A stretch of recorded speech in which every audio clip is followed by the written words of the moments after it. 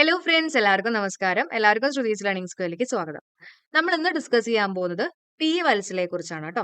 വളരെ ഇമ്പോർട്ടന്റ് ആയിട്ടുള്ള ഒരു ടോപ്പിക് ആണ്. കാരണം നമുക്ക് എല്ലാവർക്കും അറിയായിരിക്കും PSC-യിൽ ഈ അടുത്ത് വിയോഗം നടന്നിട്ടുള്ള ആൾക്കാരെ ബേസ് ചെയ്തിട്ടുള്ള ചോദ്യങ്ങൾക്ക് ചോദിക്കാറുണ്ട്. അപ്പൊ അതുകൊണ്ട് തന്നെ ഈ ഒരു പോർഷൻ ഇമ്പോർട്ടൻസ് കൊടുത്തിട്ട് തന്നെ പഠിക്കുക. അപ്പൊ നമുക്ക് പോയിന്റ്സുകൾ നോക്കാം അല്ലെ. പി വത്സല തിരുനെല്ലിയുടെ കഥാകാരി എന്നറിയപ്പെടുന്നു പി വത്സൽ കേട്ടോ. തിരുനെല്ലിയുടെ കഥാകാരി എന്നറിയപ്പെടുന്ന ആരാന്ന് ചോദിക്കുകയാണെങ്കിൽ ആരാണ്? പി വത്സലയാണ്. പാറകുളത്തിൽ വത്സല എന്നുള്ളതാണ് മുഴുവൻ പേര് കേട്ടോ. പാറകുളത്തിൽ വത്സൽ. മുഴുവൻ പേരൊക്കെ ചോദിക്കാറുണ്ട്. അപ്പൊ പഠിച്ചു വെച്ചേക്കാം. പാറകുളത്തിൽ വത്സൽ. 1939 ഓഗസ്റ്റ് 28-ന് കാനങ്ങാട് ചന്തുവിന്റെയും പത്മാവതിയുടെയും മൂത്ത മകളായിട്ട് ജനിച്ചു. അപ്പൊ ജനിച്ചിട്ടുള്ള വർഷം ഏതാണ്? 1939 ഓഗസ്റ്റ് 28-ന് കേട്ടോ. 1939 ഓഗസ്റ്റ് 28-നാണ് ജനിച്ചിട്ടുള്ളത്. എഴുത്തുകാരിയും സാമൂഹിക പ്രവർത്തകയും അധ്യാപികയുമായിരുന്നു പി വത്സല. ഓക്കെ, എഴുത്തുകാരിയും സാമൂഹിക പ്രവർത്തകയും അധ്യാപികയുമായിരുന്നു പി വത്സല. ഇനി 2023 നവംബർ 21-നാണ് അന്തരിച്ചിട്ടുള്ളത്. 2023 നവംബർ 21-ന് അന്തരിച്ചു. അപ്പൊ പോയിന്റുകളൊക്കെ ഒന്നും കൂടെ മനസ്സിലാക്കിയോണേ. തിരുനെല്ലിയുടെ കഥാകാരി എന്നറിയപ്പെടുന്നത് പി വത്സലയാണ്. പാറകുളത്തിൽ വത്സല 1939 ഓഗസ്റ്റ് 28-നാണ് ജനിച്ചിട്ടുള്ളത്. അതേപോലെ തന്നെ 2023 നവംബർ 21-നാണ് അന്തരിച്ചിട്ടുള്ളത്. ഓക്കെ, ഇനി നമുക്ക് അടുത്ത പോയിന്റുകൾ നോക്കാം. ഓക്കെ, ഇനി ആദ്യത്തെ നോവൽ ഏതായിരുന്നു? തകർച്ച കേട്ടോ. തകർച്ച എന്ന് പറഞ്ഞിട്ടുള്ള ഒരു നോവലായിരുന്നു. ഓക്കെ, ആദ്യ നോവല് തകർച്ചയാണ്. ആദ്യ നോവൽ തകർച്ചയാണെങ്കിലും 1972 പ്രസിദ്ധീകരിച്ചിട്ടുള്ള നെല്ലാണ് പി വത്സലയെ പ്രശസ്തിയാക്കിയിട്ടുള്ളത്. അപ്പൊ ആദ്യത്തെ നോവല് തകർച്ച എന്ന് പറഞ്ഞിട്ടുള്ള ഒരു നോവലാണെങ്കിലും പ്രശസ്തിയാക്കിയിട്ടുള്ള പി വത്സലയുടെ നോവൽ ചോദിക്കുകയാണെങ്കിൽ അതേതാണ്? അത് നെല്ലാണ്. നെല്ല് കേട്ടോ. പഠിച്ചു പോകും. അപ്പൊ നെല്ലല്ല ആദ്യത്തെ നോവല് തകർച്ചയാണ്. പക്ഷെ ആദ്യ നോവൽ തകർച്ചയാണെങ്കിലും 1972 പ്രസിദ്ധീകരിച്ചിട്ടുള്ള നെല്ലാണ് പി വത്സലയെ പ്രശസ്തിയാക്കിയിട്ടുള്ളത്. ഇനി നെല്ല് എന്ന സിനിമയുടെ സംവിധായകൻ. അപ്പൊ നെല്ലിനെ ബേസ് ചെയ്തുള്ള 2-3 പോയിന്റ്സ് ഒന്ന് പഠിച്ചു പോവാം. എന്താ?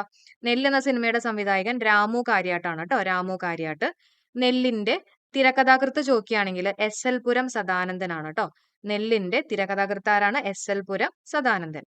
ആദ്യ നോവലായിട്ടുള്ള നെല്ലിന് കുങ്കുമം അവാർഡ് ലഭിച്ചിട്ടുണ്ട്. ആ ഒരു പോയിന്റ് ഓർക്കുക. ആദ്യ നോവലായിട്ടുള്ള നെല്ലിന് എന്ത് പുരസ്കാരം കിട്ടിയിട്ടുള്ളത്? കുങ്കുമം അവാർഡ് ലഭിച്ചിട്ടുണ്ട്. കുങ്കുമം അവാർഡ് ലഭിച്ചിട്ടുണ്ട്. ഓക്കെ, ഇനി അടുത്ത പോയിന്റ് നമുക്ക് നോക്കാം. അടുത്ത പോയിന്റ്, ഇനി നമ്മൾ കുറച്ച് അവാർഡുകൾ, എഴുത്തച്ഛൻ പുരസ്കാരം കിട്ടിയിട്ടുണ്ട്. അതുപോലെ തന്നെ കേരള സാഹിത്യ അക്കാദമി പുരസ്കാരമൊക്കെ കിട്ടിയിട്ടുണ്ട്. അപ്പൊ അതിനെ കുറിച്ച് നമുക്ക് നോക്കാം. നിഴലുറങ്ങുന്ന വഴികൾ എന്ന കൃതിക്ക് കേരള സാഹിത്യ അക്കാദമി പുരസ്കാരം ലഭിച്ചു. അപ്പൊ കേരള സാഹിത്യ അക്കാദമി പുരസ്കാരം ലഭിച്ചിട്ടുള്ള കൃതി ഏതാണെന്ന് ചോദിക്കുകയാണെങ്കിൽ നിഴലുറങ്ങുന്ന വഴികൾ. അതിനെന്താ കിട്ടിയിട്ടുള്ള? കേരള സാഹിത്യ അക്കാദമി പുരസ്കാരമാണ് ലഭിച്ചിട്ടുള്ളത്. 1975-ലാണ് കേരള സാഹിത്യ അക്കാദമി പുരസ്കാരം ലഭിച്ചിട്ടുള്ളത്. 1975-ല്. ഇനി എഴുത്തച്ഛൻ പുരസ്കാരം, കേരള സാഹിത്യ അക്കാദമി അവാർഡ് തുടങ്ങി നിരവധി ബഹുമതികൾ ലഭിച്ചിട്ടുണ്ട്. ഓക്കെ, അപ്പൊ കേരള സാഹിത്യ അക്കാദമി പുരസ്കാരം ലഭിച്ചിട്ടുള്ള വർഷം 1975. നിഴൽ ഉറങ്ങുന്ന വഴികൾക്കാണ് കിട്ടിയിട്ടുള്ളത്. 2019 മലയാള സാഹിത്യത്തിന് നൽകിയിട്ടുള്ള സമഗ്ര സംഭാവനകളെ പരിഗണിച്ച് മുട്ടത്ത് വർക്കി പുരസ്കാരവും 2021 എഴുത്തച്ഛൻ പുരസ്കാരവും ലഭിച്ചിട്ടുണ്ട്. അപ്പൊ എഴുത്തച്ഛൻ പുരസ്കാരം കറക്റ്റ് ആയിട്ട് പഠിച്ചു പോവുക. 2021 എഴുത്തച്ഛൻ പുരസ്കാരം ആർക്ക് കിട്ടിയിട്ടുള്ളത്? പി വത്സലയ്ക്ക് കിട്ടിയിട്ടുള്ളത് അല്ലെ. കേരള സാഹിത്യ അക്കാദമി പുരസ്കാരം കിട്ടിയിട്ടുള്ള വർഷം ഏതാ? 1975. ഇതൊക്കെ വേണമെങ്കിൽ സ്റ്റേറ്റ്മെന്റ് രൂപത്തിലുള്ള ചോദ്യങ്ങളായിട്ട് ചോദിക്കാം കേട്ടോ. അപ്പൊ കറക്റ്റ് ആയിട്ട് പഠിച്ചു പോവുക. ഇനി കേരള സാഹിത്യ അക്കാദമി വിശിഷ്ട അംഗത്വം ലഭിച്ചിട്ടുള്ളത് 2019-ലാണ്. വിശിഷ്ട അംഗത്വം കേട്ടോ. അപ്പൊ കേരള സാഹിത്യ അക്കാദമി വിശിഷ്ട അംഗത്വം ലഭിച്ചിട്ടുള്ളത് 2019. എഴുത്തച്ഛൻ പുരസ്കാരം നമ്മൾ പറഞ്ഞു 2021-ലാണ് കിട്ടിയിട്ടുള്ളത് അല്ലെ. ഇനി അടുത്ത പോയിന്റ് നോക്കാം. അടുത്ത പോയിന്റ്, രാഘവൻ നായർ, സാവിത്രി വാരസ്യാർ എന്നീ കഥാപാത്രങ്ങൾ ഏത് നോവലിലേതാണെന്ന് ചോദിക്കുകയാണെങ്കിൽ നെല്ലാണ്. അപ്പൊ നെല്ലിലെ കുറച്ച് കഥാപാത്രങ്ങൾ ഏതൊക്കെയാണ്? ഓക്കെ, രാഘവൻ നായർ, സാവിത്രി വാരസ്യാർ കേട്ടോ എന്നീ കഥാപാത്രങ്ങൾ ഏത് നോവലിലേതാണെന്ന് ചോദിക്കുകയാണെങ്കിൽ നെല്ലാണ്. അതേപോലെ ലതാ മങ്കേഷ്കറിന്റെ ഏക മലയാള ഗാനമായിട്ടുള്ള കദളി ചെങ്കദളി, അത് നെല്ല് സിനിമയിലെയാണ് കേട്ടോ. ലതാ മങ്കേഷ്കറിന്റെ ഏക മലയാള ഗാനം കദളി ചെങ്കദളി നെല്ലിലെയാണ്. ഇനി നങ്ങേമ അന്തർജനം കഥാപാത്രമായിട്ട് വരുന്ന പി വത്സലയുടെ നോവൽ ഏതാ? ആഗ്നേയമാണ്. നങ്ങേമ അന്തർജനം കഥാപാത്രമായിട്ട് വരുന്ന പി വത്സലയുടെ നോവൽ ചോദിക്കുകയാണെങ്കിൽ ആഗ്നേയം. അപ്പൊ ഇതെല്ലാം നമ്മുടെ പി വത്സലയുടെ ഓരോ കൃതികളും നോവലൊക്കെയാണ് നമ്മൾ ഡിസ്കസ് ചെയ്യുന്നത് കേട്ടോ. അപ്പൊ രാഘവൻ നായർ, സാവിത്രി, വാരസ്യർ എന്നീ കഥാപാത്രങ്ങൾ ഏത് നോവലിലേതാന്ന് ചോദിക്കുകയാണെങ്കിൽ നെല്ലാണ്. പിന്നെ നങ്ങേമ അന്തർജനം കഥാപാത്രമായിട്ട് വരുന്ന പി വത്സലയുടെ നോവൽ ചോദിക്കുകയാണെങ്കിൽ ആഗ്നേയമാണ്. ഇനി വിലാപം എന്ന് പറഞ്ഞിട്ടുള്ള ഒരു കൃതി മലബാർ കലാപത്തെ ആസ്പദമാക്കിയിട്ടുള്ള ഒന്നായിരുന്നു കേട്ടോ, വിലാപം. അപ്പൊ വിലാപം എന്ന് പറഞ്ഞുള്ള നോവല് മലബാർ കലാപത്തെ ആസ്പദമാക്കിയിട്ടുള്ളതായിരുന്നു.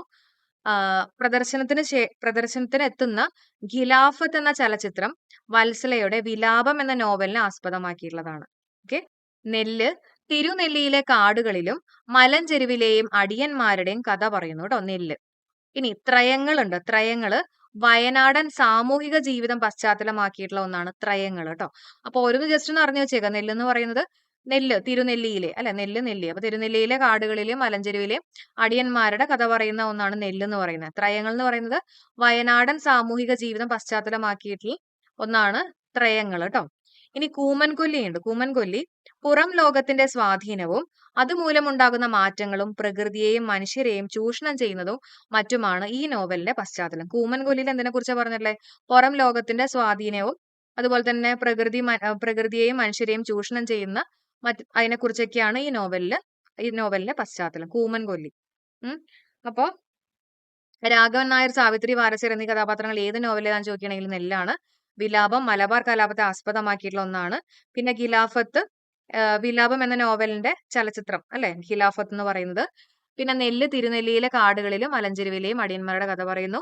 ത്രയങ്ങൾ വയനാടൻ സാമൂഹിക ജീവിതം പശ്ചാത്തലമാക്കിയിട്ടുള്ളതാണ്. കൂമൻകൊല്ലി പുറം ലോകത്തിന്റെ സ്വാധീനവും അതുമൂലമുണ്ടാകുന്ന മാറ്റങ്ങളും പ്രകൃതിയെയും മനുഷ്യരെയും ചൂഷണം ചെയ്യുന്നതും മറ്റുമാണ് ഈ നോവലിന്റെ പശ്ചാത്തലം.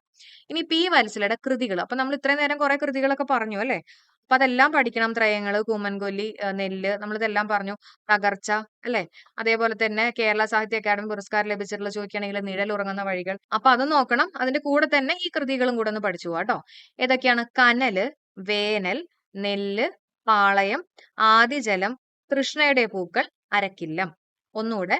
കനൽ, വേനൽ, നെല്ല്, പാളയം, ആദിജലം, തൃഷ്ണയുടെ പൂക്കൾ, അരക്കില്ലം.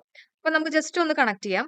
അതായത് ഇത്ര ഓർക്കാം. അതായത് നല്ല കനല് പോലെയുള്ള വേനൽ സമയത്ത്, നല്ല ചൂടുള്ള വേനൽ എന്നൊക്കെ പറയില്ലേ, അതേപോലെ നല്ല കനല് പോലെയുള്ള വേനൽ സമയത്ത് നെല്ലിന് നമ്മളൊരു പാളയം വെച്ചിട്ട് ജലം ഒഴിച്ചു കൊടുത്തു ഓർക്കാം.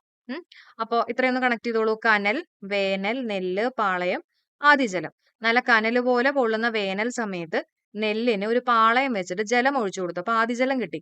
അപ്പൊ എന്ത് പറ്റി? തൃഷ്ണയുടെ പൂക്കളൊക്കെ പൂത്തു വന്നു ഓർക്കാം കേട്ടോ. തൃഷ്ണയുടെ പൂക്കളൊക്കെ വിരിഞ്ഞു വന്നു വെറുതെ ഒന്ന് ഓർക്കാം, വെള്ളം ഒഴിച്ചു കൊടുത്തപ്പോ. ഇപ്പൊ നമ്മള് അരിക്കലത്തിനകത്ത് അതെല്ലാം എടുത്തു കൊണ്ടുപോയി ഓർക്കാം. അപ്പൊ അരക്കില്ലം കേട്ടോ, അരക്കില്ലം.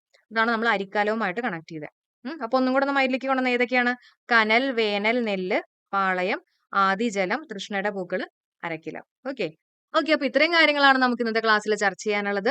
ഇനി നിങ്ങൾക്കായിട്ടുള്ള ചോദ്യമാണ്, പി വത്സലയ്ക്ക് കേരള സാഹിത്യ അക്കാദമി പുരസ്കാരം നേടിക്കൊടുത്ത കൃതി ഏതാന്നുള്ളത് എല്ലാവരും ഒന്ന് കമന്റ് ചെയ്യാം കേട്ടോ. ഓക്കെ. അതേപോലെ തന്നെ നമ്മുടെ ഇംഗ്ലീഷിന്റെ ക്ലാസ് റെഗുലർ ആയിട്ട് നമ്മൾ ചെയ്യുന്നുണ്ട്. ക്ലാസ്സുകളെല്ലാം കറക്റ്റ് ആയിട്ട് ഫോളോ ചെയ്യുക. അതേപോലെ തന്നെ കറണ്ട് അഫയേഴ്സിന് നമ്മൾ ടോപ്പിക് വൈസ് ആയിട്ടൊക്കെ ക്ലാസ് ചെയ്യുന്നുണ്ട്. അപ്പോൾ നമ്മുടെ ചാനൽ സബ്സ്ക്രൈബ് ചെയ്യാനും കറക്റ്റ് ആയിട്ട് ഫോളോ ചെയ്യാനും നോട്ടിഫിക്കേഷൻ ഓളും കൊടുക്കാൻ മറക്കണ്ട. അപ്പൊ താങ്ക് യു. നമുക്ക് അടുത്ത ക്ലാസ്സുമായിട്ട് കാണാം. എല്ലാവർക്കും ബൈ.